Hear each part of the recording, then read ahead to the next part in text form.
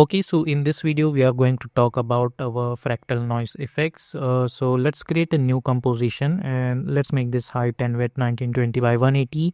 Frame rate is 30, duration is also 30, and background color is white color. And simply hit OK. Choose gradient and guide option and simply hit on title safe action.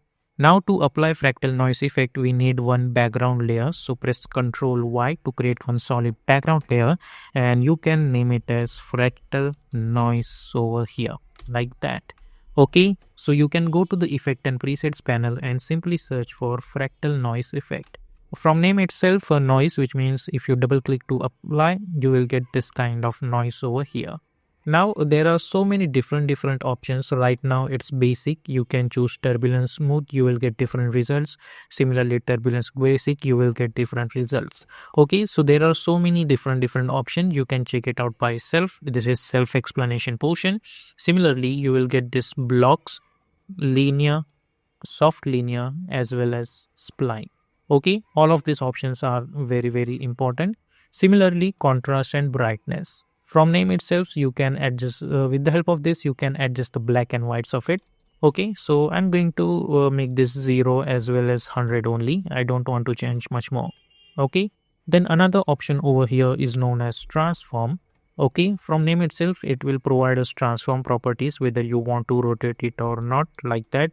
Okay, so let's make this 0. Similarly, scaling option. Now there are two types of scaling option. You can increase the scale from here like this, like only one scale, and just like our composition, you will get this uniform scaling option as well. So if you uncheck this, you will get one scale for width and one scale for height. Similarly, you will get this option for turbulence as well. Like you can increase the scale width like this, I can increase the scale height as well as like this. Similarly, offset turbulence, which means you can move this entire noise in particular format. Like you can move it on x-axis as well, you can move it on y-axis as well. So okay, so let's make this properly at the center. Then you will get this option called complexity. For example, let's make this value 100 as well as 100 over here.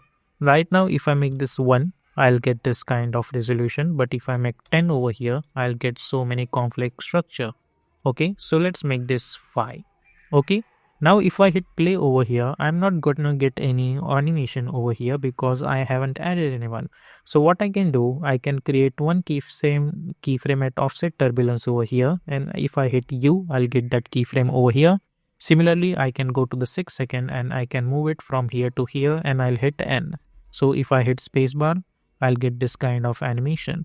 But if you see, this animation is very plain and basic, and suppose I want some like cloud animation. So what we can do over here, you will get this option called as evolution. So if you increase this value, as you guys can see, we are getting this kind of clouds over here. So what I'm gonna do, I can create one keyframe over here and I can hit U. Then I can go to around 6 second and I can make this value complete one rotation. So now if I hit spacebar, I'll get that animation. Along with that, I'll get that evolution animation as well. Instead of 1, if I make this, for example, 5, obviously it's going to increase the speed of this animation. And then you can change this value the way you want. Similarly, you can change this value to block as well. So you're gonna get this kind of effects. Okay, so this is the basic settings of fractal noise. Obviously, we are going to use in our animation whenever it's needed, but these are some basic settings that you need to understand about this effect.